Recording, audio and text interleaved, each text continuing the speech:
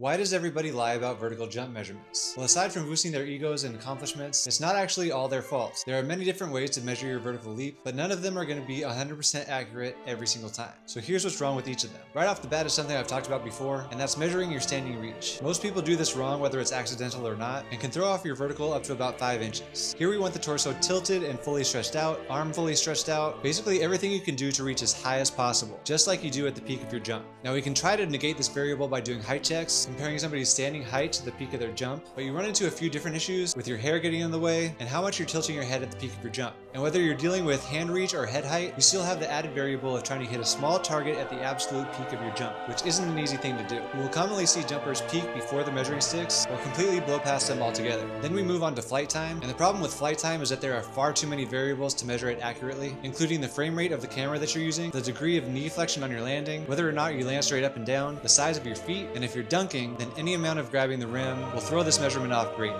A good example of this is that Isaiah Espinoza actually had a higher flight time than Darius Clark when Darius hit the world record for highest max vertical at 51 inches using a vert trainer, and we'll never know the exact reason for the differences in measurements. And the last method is using force plates, and although these can be extremely accurate in measuring the force applied to the ground, these are better equipped for standing vertical rather than a running vertical, along with being a device that not a lot of people have access to. But what do you guys think? Which is the best way to measure your vertical? Let me know down in the comments.